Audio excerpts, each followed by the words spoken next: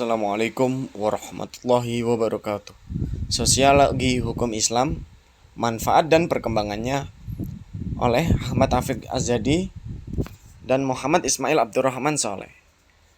Definisi sosiologi hukum Islam. Pertama, Imam Abu Hanifah 699 sampai 767 Masehi.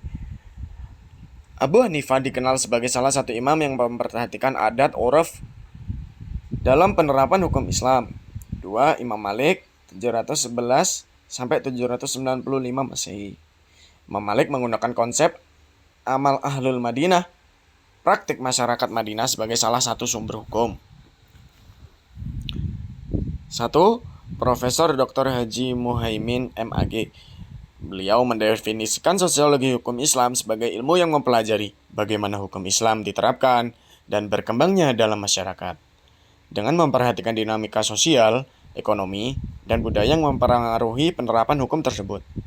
Profesor Dr. Jaih Mubarak MAG menurut dia, sosiologi hukum Islam adalah kajian tentang interaksi antara norma hukum Islam dan kondisi sosial masyarakat, di mana hukum tidak hanya dipandang sebagai aturan teologis, tapi juga sebagai hasil dari interaksi sosial yang dipengaruhi oleh faktor budaya, faktor sosial dan budaya.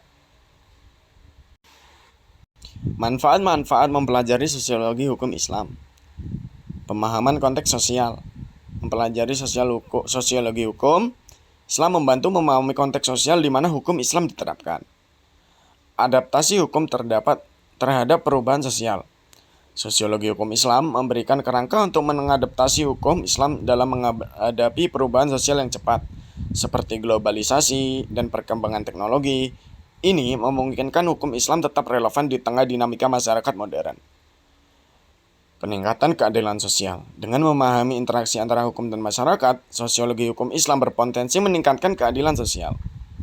Dialog antara hukum dan moralitas. Mempelajari sosiologi hukum Islam membuka ruang untuk dialog antara norma hukum dengan nilai-nilai moral yang dianut oleh masyarakat. Pendidikan hukum yang kontekstual. Mempelajari sosiologi hukum Islam dapat memperkaya pendidikan hukum dengan pendekatan yang lebih kontekstual. Pengembangan kebijakan publik. Sosiologi hukum Islam dapat memberikan wawasan bagi pengembangan kebijakan publik yang lebih inklusif dan responsif terhadap kebutuhan masyarakat Muslim. Perkembangan sosiologi hukum Islam dalam sejarah Islam. Masa Nabi Muhammad SAW. Pada periode ini, hukum Islam ditetapkan langsung melalui wahyu dan praktik Nabi Muhammad SAW. Masa Khulafaur Rasyidin. Para sahabat dan khalifah pertama meneruskan penerapan hukum Islam dengan tetap mengacu pada ajaran Nabi Muhammad. Masa dinasti Umayyah.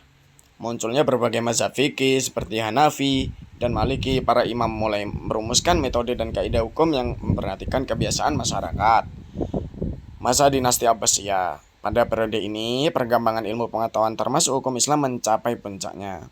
Masa pertengahan, sosiologi hukum Islam mengalami stagnasi di banyak wilayah. Meskipun demikian, banyak cendekiawan tetap melanjutkan kajian hukum Islam meskipun kurang terfokus pada aspek sosiologis.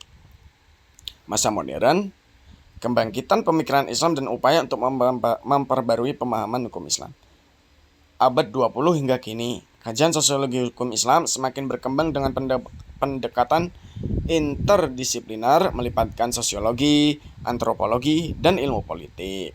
Mungkin sekian itu saja yang dapat kami sampaikan, kurang lebihnya mohon maaf. Assalamualaikum warahmatullahi wabarakatuh.